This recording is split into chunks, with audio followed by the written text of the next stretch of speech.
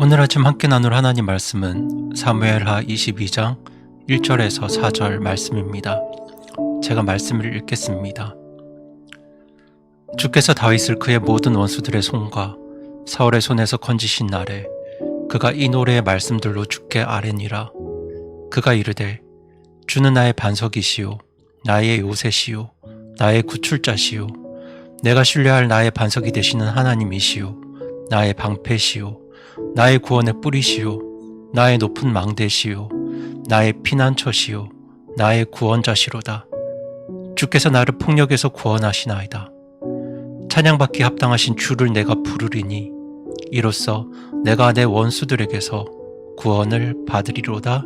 아멘. 오늘 본문 사무엘하 22장은 하나님께서 다윗을 모든 원수들의 손에서 건지신 그날 다윗이 하나님을 찬양한 노래입니다. 우리가 잘 아는 것처럼 다윗의 인생에는 수많은 문제들이 있었습니다. 블레셋의 공격, 사울의 위협, 압살롬의 반역, 세바의 반역과 같은 수많은 문제들이 그에게 있었고 다윗은 그때마다 하나님께 기도했습니다.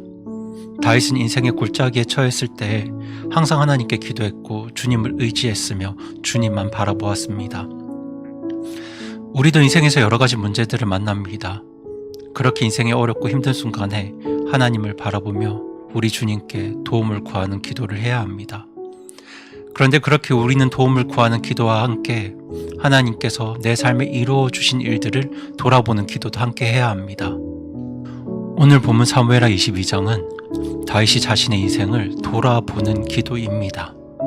이 돌아보는 기도가 성숙한 성도들의 기도입니다. 얼마 전에 수능이 끝났습니다.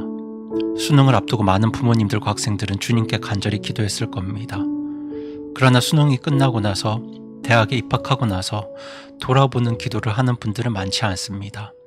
지난 한 해 동안 건강하게 해주신 것, 큰탈 없이 시험을 치르게 해주신 것, 공부할 수 있는 여건과 기회들을 주신 것, 이렇게 돌아보는 기도를 하는 사람들은 많지 않습니다. 그러나 다윗은 오늘 돌아보는 기도를 합니다. 그것이 오늘 본문의 다윗의 기도입니다. 그리고 오늘 본문 속에 있는 이 돌아보는 다윗의 기도에는 하나님과 다윗만 아는 이야기들이 담겨 있습니다. 우리가 오늘 본문 말씀을 볼 때에는 그저 어떤 시인이 노래한 어떤 추상적인 표현들 같지만 오늘 다윗의 고백 속에는 다른 누구도 알 수 없는 본인과 하나님만이 알고 있는 너무나 생생한 삶의 이야기들로 가득 차 있습니다. 그래서 오늘 본문은 다윗의 살아있는 찬양의 고백이라고도 할 수 있습니다. 오늘 본문 2절과 3절은 짧은 구절이지만 다윗이 하나님을 향해 이렇게 고백합니다. 주님은 나의 반석, 나의 요새, 나의 구출자, 내가 신뢰할 나의 반석, 나의 방패, 나의 높은 망대, 나의 피난처, 나의 구원자, 나를 폭력에서 구하시는 분. 다윗은 이 짧은 두 구절 속에서 지금 몇 번이나 하나님을 나의 하나님이라고 반복해서 고백합니다. 전능하시고 그 위대하신 하나님께서 나의 하나님이라는 이 고백은 사실 너무나도 감격적인 고백입니다. 하지만 이런 고백은 그저 사람의 머리에서 나오는 것이 아닙니다. 누군가로부터 듣고 배워서 할 수 있는 고백이 아니죠. 그것은 내가 나의 삶을 통해서 하나님을 실제로 경험할 때에만 나올 수 있는 고백입니다. 예를 들면 정말 큰 두려움 속에서도 내가 주님을 의지해서 말씀에 순종했을 때, 불가능한 상황 속에서도 하나님 의지해서 믿음으로 주님의 명령을 따랐을 때, 광야처럼 끝이 보이지 않는 어려움 속에서도 끝없이 인내하며 주님을 향한 소망을 가지고 포기하지 않았을 때, 그때서야 내 삶 속에서 직접 하나님을 경험하게 되고 그때서야 나의 생생한 삶으로 경험하게 된 하나님을 고백할 수 있는 그 고백이 바로 나의 하나님입니다. 그때서야 당신의 하나님이 아니라 아브람과 같은 위대한 성경 인물의 하나님이 아니라 믿음 좋은 다른 사람의 하나님이 아니라 나의 하나님이라는 이 감격적인 고백을 우리가 할 수 있게 되는 것입니다. 오늘 본문에서 다윗이 이처럼 나의 하나님을 고백할 때 하나님을 향한 다양한 표현이 담겨 있습니다. 반석, 요새, 구출자, 방해, 구원의 뿔, 망대, 피난처, 구원자. 그런데 이런 표현들은 그저 수사학적인 표현이 아닙니다.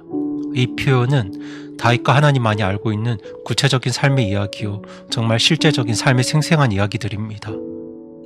오늘 본문에서 반석이라는 말이 2절과 3절에 함께 등장하는데요.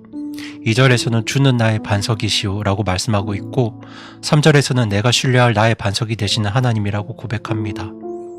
그런데 우리가 여기서 이 반석이라는 단어를 보면 이런 느낌을 가질 것 같습니다. 반석이라는 말 자체가 주는 느낌이 있습니다. 무언가 안전하고 피할 수 있고 무언가 든든한 이미지들, 그런 느낌들이 있습니다. 물론 다 맞습니다. 하지만 이 안을 조금 더 들여다보면 하나님과 다윗만 아는 이야기가 있습니다. 2절과 3절에 쓰인 이 반석이라는 단어는 우리말로는 동일한 단어로 표현되어 있지만 원문을 보면 다른 단어를 쓰고 있습니다. 2절에서 반석은 히브리어로 살르이라고 합니다. 이 살르이는 일반적인 바위를 말하는 것이 아니라 바위에 갈라진 틈을 나타내는 단어입니다. 그러니까 2절에서 등장하는 살르이가 의미하는 것은 절벽과 같이 가파른 장소를 표현하는 단어입니다. 그런데 2절에서 왜 다윗은 일반적인 의미의 바위가 아니라 이 살르이라는 단어를 사용했을까요? 그 이야기는 사무엘상 23장에 등장합니다. 다윗은 젊은 날 10지방 사람들의 고변으로 인해 사울의 추격을 당하는 위기에 처합니다. 그때는 어떻게든 사울이 다윗을 죽이려고 쫓아다니던 때였습니다. 이때 다윗은 자신을 추격하는 사울을 피해서 이 반석 살르이로 내려가 은신했습니다.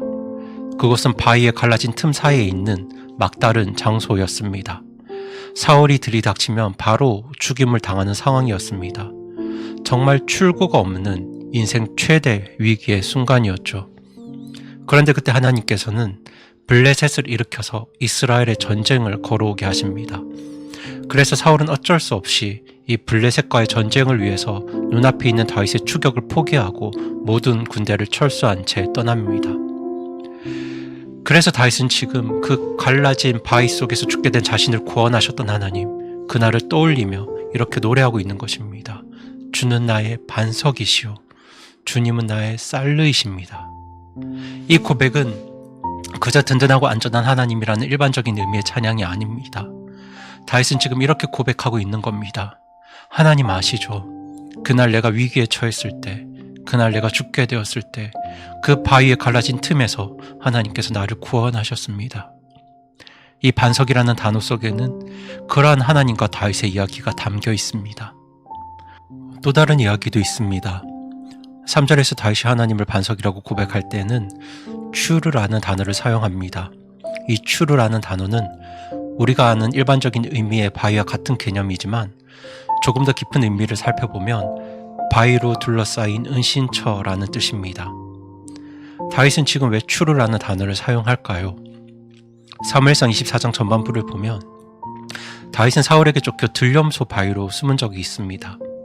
여기 이 들염소 바위에서 사용하는 바위도 추르라는 단어를 동일하게 사용합니다. 여기서 다윗은 자신의 손으로 사울을 죽일 수 있는 절호의 기회를 맞습니다. 그런데 다윗은 하나님께서 기름 부어 세운 사울을 죽이는 것을 기뻐하지 않았습니다. 하지만 당시 다윗이 가지고 있었던 모든 문제들은 사울만 죽으면 해결되는 문제들이었습니다. 사울이 죽지 않으면 다윗은 계속 도망자 생활을 해야 했습니다. 모든 것이 두렵고 불안한 상황이었죠.